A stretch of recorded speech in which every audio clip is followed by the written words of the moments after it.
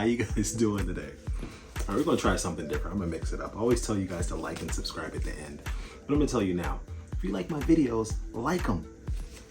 It makes me happy and it helps with the algorithm. If you really like them, subscribe. Like and subscribe. Help a brother out. And if you really like it, like, subscribe, and tell a friend. Let's grow this family. Come on, y'all. Come on. Uncle Gene wants you. So, you're probably saying, why is Eugene putting all these gloves? In the last video, he said he doesn't like to use them. And I don't. But, do you also remember that I told you, you have to do your due diligence and you have to research your plant. I said that, and I didn't research this new guy. This guy right here. I didn't research him, I just really liked him. And I wanted to bring him home. The story of my life. But the great thing about this guy is, he's beautiful. I just want to touch him. But he's also rare.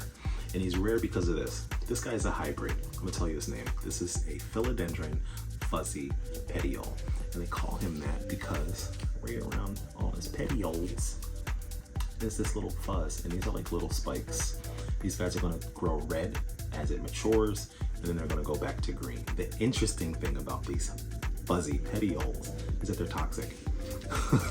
So if you touch them and do what normal people do, immediately touch their face, it can cause some reactions. Interestingly enough, I've been touching this guy and I don't think I've gotten sick. May not be able to remember, but I don't think I got sick. I got this guy from the Green Escapes, and this is how it came. It was impeccably wrapped, so I didn't have any damage on this plant. I think I lost, no, I didn't receive any damage on this plant. I got another plant over there. Pretty sure you guys can see it. I'll put it to the side. We'll talk about you later, princess. This is what we're talking about now. So she's a philodendron.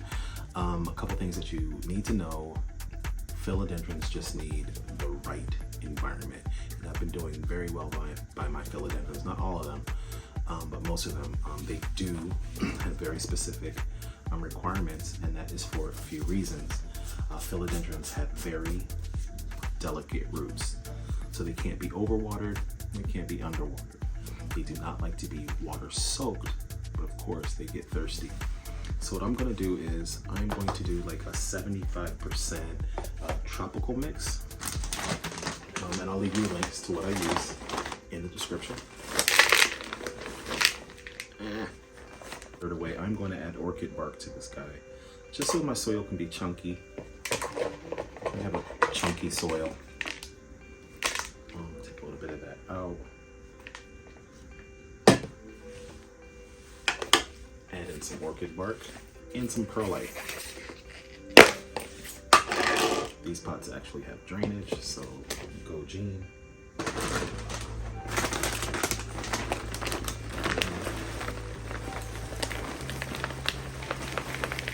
And the reason why I'm not using like 100% of a potting mix is because most potting mixes are there to retain soil. And I'm just going to sprinkle in a little bit of perlite. When you guys use perlite, learn from me. Use a mask. I don't ever learn from me, but you can. Do a little martini shaker shake up.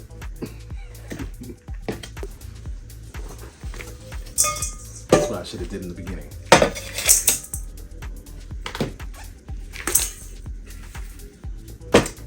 I've been so traumatized by copyrights. Like, all these songs come into my head like quick when I say stuff. And I want to sing them, but I don't want a copyright thing. Music industry. No one will hear your stuff. Your obscure music that's in my head because of copyright laws. Okay, let's give that a good mix. And again, I'm doing this because I want a soil that is not necessarily just going to hold on to water. I want it to be able to drain. I don't need leca for this because it has drainage holes. And that'll be a good indicator of if I'm overwatering or underwatering the plant.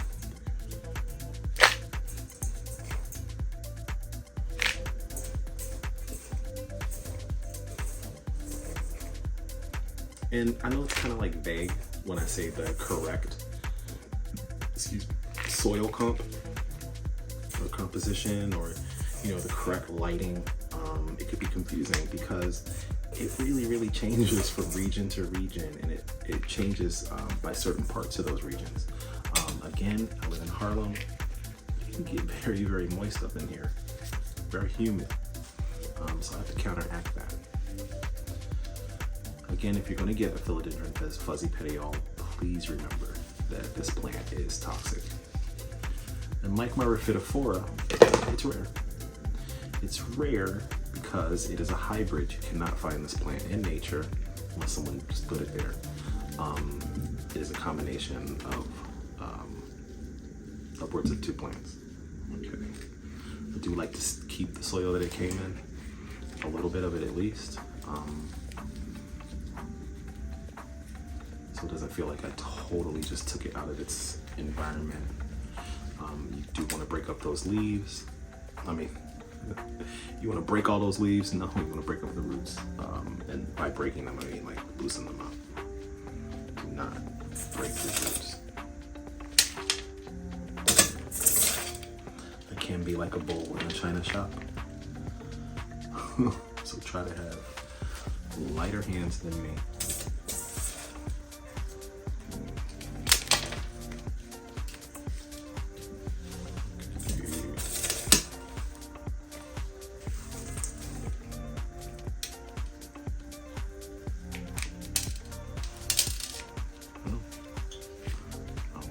See, I thought that was enough. I'm not tamping it down very roughly or hard. The negative space is just as important as the positive space, so I don't want to get rid of those air pockets that are in there. I also don't want to damage the roots. Remember, again, philodendrons have very fine roots, so they can be susceptible to damage and root rot. We don't want that.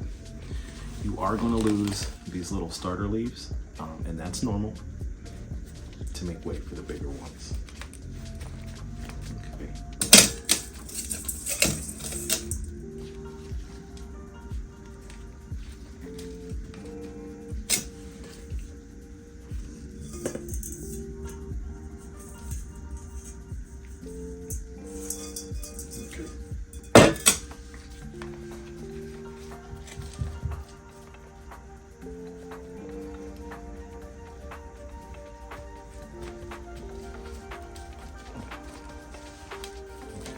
This guy and put you to the side. Give that a really nice watering. And I have another surprise. And this is my Philodendron Green Princess. Oh, I love a new philodendron. Don't be intimidated by the name. Yes, it's called a Green Princess, but she's actually really easy to take care of. This is a Green Princess philodendron, so the roots can get damaged very easily. So it does say that you can use 100% of a regular potting soil. I'm not going to do that. I like to augment my soil. So I'm going to do about 3/4, maybe a little bit under, of a tropical potting mix, because this is a tropical plant. I'm going to add about 1/4, maybe a little bit under that, of perlite and a little bit of orchid bark. Those numbers are probably off. I didn't do well in math. But don't ever short me on my check.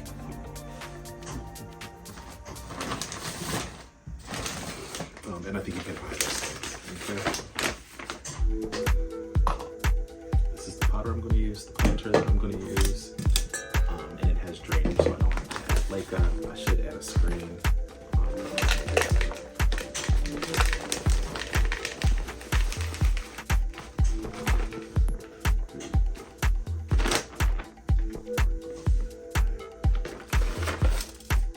So I guess it's about 50% of the plant. of the potter. Again, please use a mask when you're doing this. Use a bit of the Perlite. And I do want my soil to be chunky, so I'm going to add orchid bark. And I like to do this for a few reasons. The orchid bark breaks down in the soil, which can be beneficial to the plant. And it just gives it like something to kind of climb on and climb over. It allows the roots to have something interesting to grow in, and not just like this one trick soil. There's interest.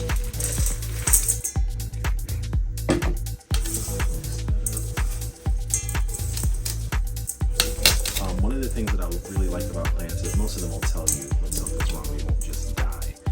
So a couple things you want to look out for in your philodendrons and your philodendron green princess in particular is that if you have like spots, like yellow spots or brown spots, you could be, again, those are signs of overwatering or underwatering.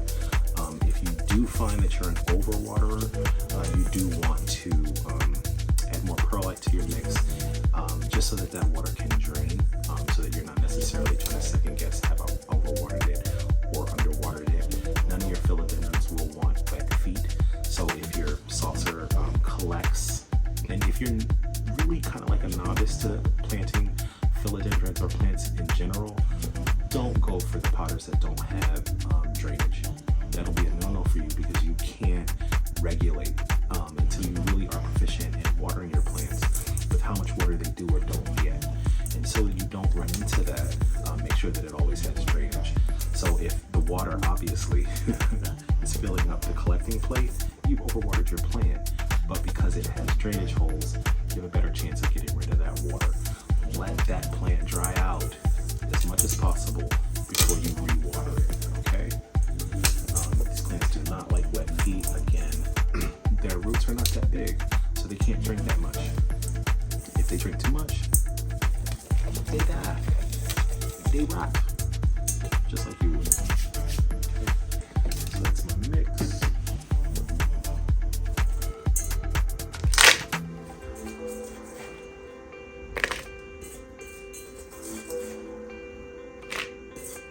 So I got this from the Green Escapes too, as well.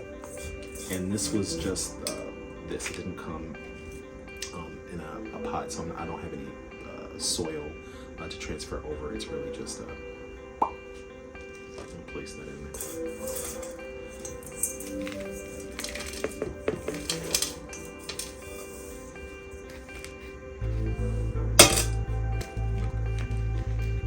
Just a little hole from this thing. Oh, you're pretty already. Look at you. I'm so happy to be home. I'm gonna go over this and just put some the tropical potting mix on top of this. This little plant should be fine.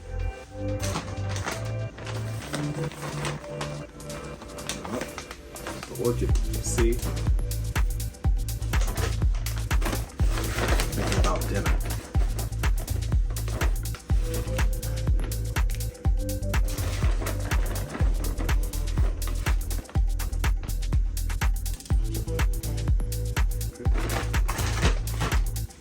Excuse the mess. Again, and give that a good watering. And basically, guys, that is it for me this week. I'm gonna end this with how I began the video.